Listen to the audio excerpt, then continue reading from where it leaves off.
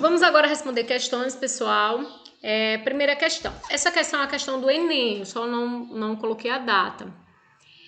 Vejam só como essa questão está organizada. É uma questão que traz um gráfico e através da análise desse gráfico, vocês conseguirão achar a alternativa correta, tá? Então é uma questão bem simples que até o Enem veio até mudando bastante a forma como eles trazem as questões, diminuiu mais a incidência dessas questões no Enem, e as questões de biologia estão realmente cobrando conhecimento específico do conteúdo, tá? Então, que pena, porque aí é uma questão dessa bem tranquila, é o tipo da questão que todo mundo acerta, tá? Então, vejam só, vamos analisar. O caso mais significativo de trissomia em seres humanos é a síndrome de Down, assim denominada em homenagem ao médico irlandês, ao médico inglês lá do século XIX, que primeiro descreveu a síndrome em 1866. As crianças com síndrome de Down são de leve a moderadamente retardadas, mas com os recentes avanços médicos, educacionais e sociais, elas podem desenvolver-se muito mais que as primeiras gerações achavam possíveis. Elas podem aprender a cuidar de si, a ler e a praticar atividades manuais, tá?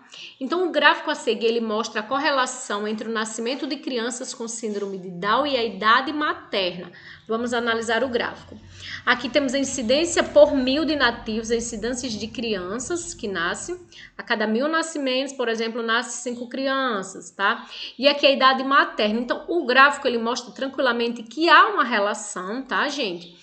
Com a idade da mãe e o nascimento. Então, vocês veem aqui que quanto mais velha é a idade, ó, quanto mais velha, maior a idade da mãe, mais crianças com síndrome de Down, maior incidência de nascimentos de crianças com síndrome de Down, tá? Então, vamos analisar, vamos procurar alternativa que fale sobre isso. Então, letra A. A letra A está dizendo o seguinte, que, vamos ver, a análise do gráfico permite concluir que a frequência de nascimentos de crianças com síndrome de Down é a mesma, qualquer que seja a idade materna. Pessoal, é isso que a letra A, o gráfico fala aí, diz isso? Na verdade, não. Está dizendo que quanto maior a idade materna, maior é o nascimento de crianças com síndrome de Down. Então, não é a mesma, não pode ser a letra A. A letra B está dizendo que é menor quanto maior for a idade. Menor, ou seja, menos nascimentos de criança com síndrome de Down, enquanto maior for a idade da mãe. Está dizendo também, o gráfico está dizendo que quanto maior é a idade da mãe, maior é o nascimento. Também não pode ser a letra B. A questão C está dizendo que é maior quanto menor for a idade materna. Na verdade, é o contrário, é maior quanto maior for a idade materna. A letra D está dizendo que é zero na idade materna, abaixo de 20 anos. Vamos ver. 20 anos é zero, ó. A gente vê que não é zero. O gráfico está dizendo, ó, que tem uma porcentagem aqui, ó, com 20 anos. Então, também não chega a zero. É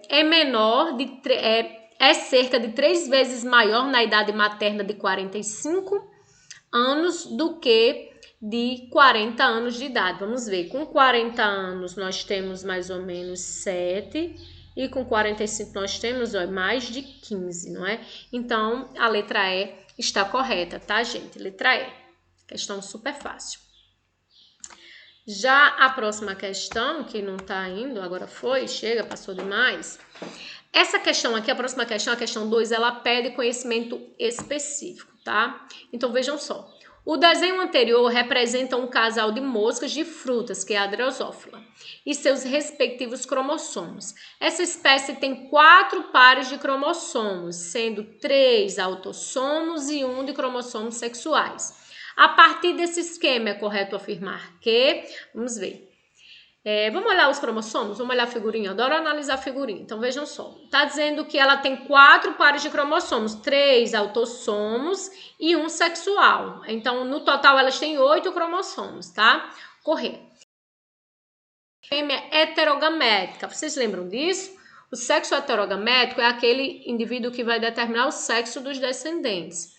E para ser heterogamético, tem que haver o quê? Cromossomos diferentes. A gente está vendo que a fêmea possui 2x, então não é diferente, então a fêmea não pode ser heterogamética, no caso das drosófilas. B está dizendo que o número diploide da espécie é igual a 4. Diploide é porque ela tem 2 conjuntos, um herdou da mãe e um herdou do pai.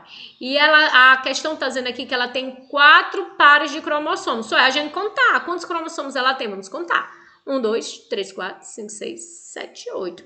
Então, ela não é igual a 4, ela é igual a 8. Também não pode ser a letra B. C.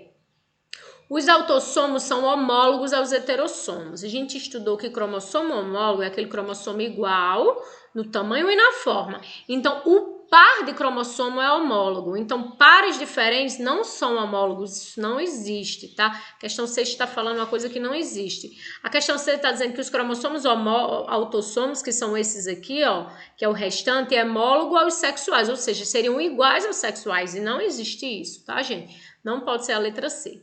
E a letra D está dizendo que o macho é responsável pela determinação do sexo. Exatamente, ele é heterogamético porque ele tem um X e um Y. Chega, o que é isso? Sai daqui. Aparecendo um programa aqui, eu não quero instalar isso. Saia daqui que eu estou dando aula para os meus alunos. Com licença. Eita, aqui não vai baixar, gente.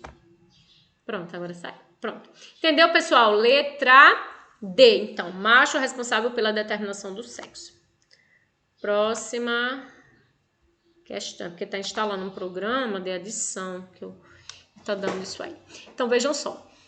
Diversas proteínas como histonas e várias enzimas, embora sintetizadas no citoplasma, são encontradas no núcleo. A passagem dessas macromoléculas pelo envoltório nuclear é possível por... Todo mundo vai saber de cara isso. Como é que substâncias entram e saem do núcleo? A gente estudou que o núcleo lá é uma estrutura membranosa toda cheia de poros, não é? Então, qualquer substância para entrar ou sair do núcleo tem que ser através desses poros.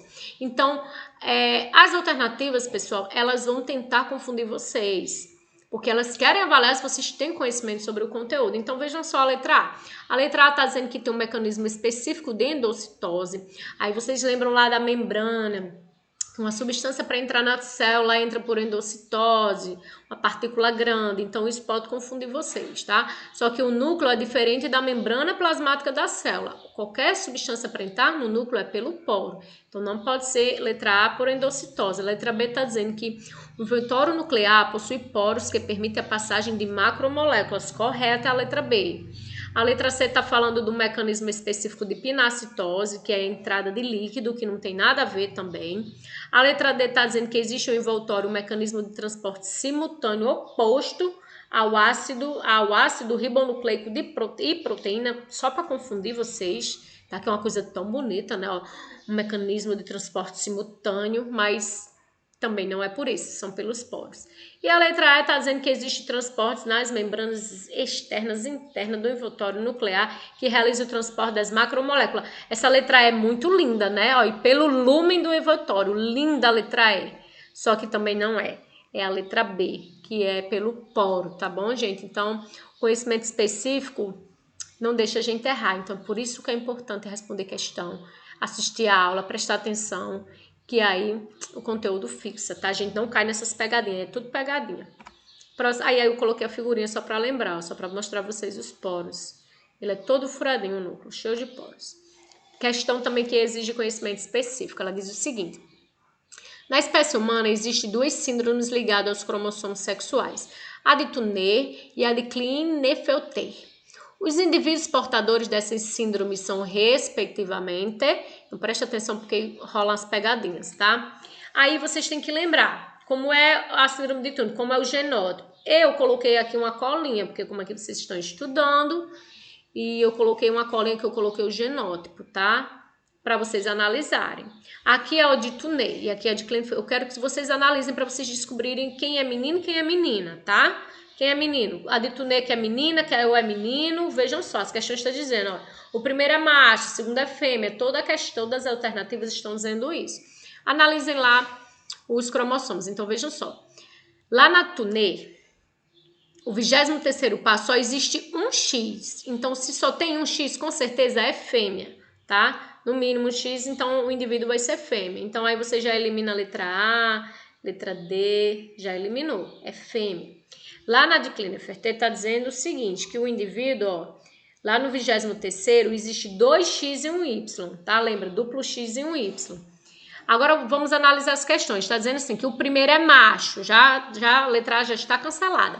A B diz o seguinte, o primeiro é fêmea, é estéreo, X0, tá correto. E a segunda é macho normal. O macho da síndrome de Klinefelter, vocês lembram quando eu falei lá, ele é normal ou ele é estéril também? Isso aí, ó, vai ser essencial para vocês responderem a questão. A letra C tá dizendo que a fêmea, ó, é X0, tá correto. E o segundo é macho, tá correto. XX, e tá dizendo que ambos é estéreis. E a letra E tá dizendo que a primeira é fêmea, o segundo é macho e ambos são normais. Então, a letra E nem se fala, não tem como ser normal, gente. Não tem como uma pessoa, um indivíduo, herdar ou um cromossomo sexual a mais ou a menos e ele ser normal. Então, eles serão estéreis sim, tá? Então, a única alternativa que cabe tudo isso é a letra C, tá, gente? Espero que vocês tenham entendido. Isso é uma ótima questão. Próxima. Deixa eu dar uma pausa. Vou dar a pausa. Senão fica grande.